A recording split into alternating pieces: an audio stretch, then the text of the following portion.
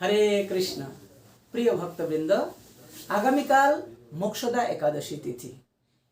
ऐसा शास्त्र में वर्णन आता है कि मोक्षदा एकादशी तिथि में ही पूर्ण पुरुषोत्तम भगवान श्री कृष्ण कुरुक्षेत्र के युद्ध में अर्जुन को श्रीमद् भगवद गीता प्रदान किया था। तो भगवद गीता एक बहुत ही सुंदर ग्रंथ है जो हमारा जीवन की दिशा और दशा को बदल देता है। ये सनातन जो धर्म है उसका एक मूल धरोहर माना जाता है।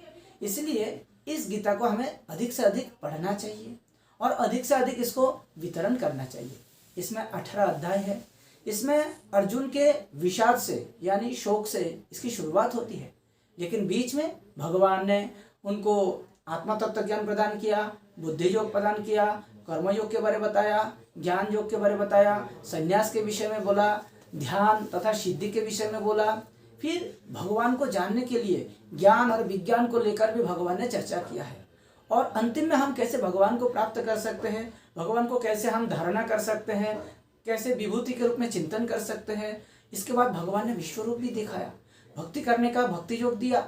इसके बाद ये जो भौतिक प्रकृति है, 3 गुण का अलग अलग जो फंदा है, और भगवान की जो सर्वोच्च क्षमता है यानी पुरुषोत्तम भगवान, ये सब वर्णन गीता के अंदर होता है। और जो लोग भगवान को नहीं मानता है उसके स्वभाव कैसा होता है वो 16वां अध्याय में बताया है। श्रद्धा का बारे में 17वां अध्याय में बताया है। और अलग अलग प्रकार के गुण से प्रभावित जो ज्ञान, तपस्या, सुख आदि सबका वर्णन किया है। चातुर्वर्ण का वर्णन किया है।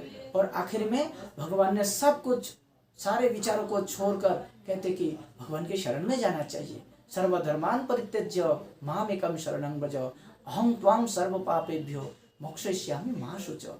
हमें भगवान के शरण में जाना चाहिए। शरीर संबंधित सारे धर्मों को परित्याग करके हमें आत्मामुखी जो धर्म है यानी सनातन कुल परंपरा कि भगवान के पास समर्पित हो जाओ, वो होना है।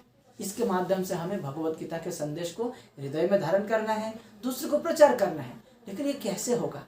जब हम गीता जयंती को दूसरों को गीता प्रचार या वितरण करने के माध्यम से मनाएंगे। इसलिए आज के दिन हो, काल के दिन हो, परसों के दिन हो, ये जो गीता जयंती के अभी जो टारम चल रहे हैं, इसमें हम लोगों को बढ़ चढ़ कर दूसरों को गीता प्रचार करना चाहिए, दूसरों को गीता दान करना चाहिए।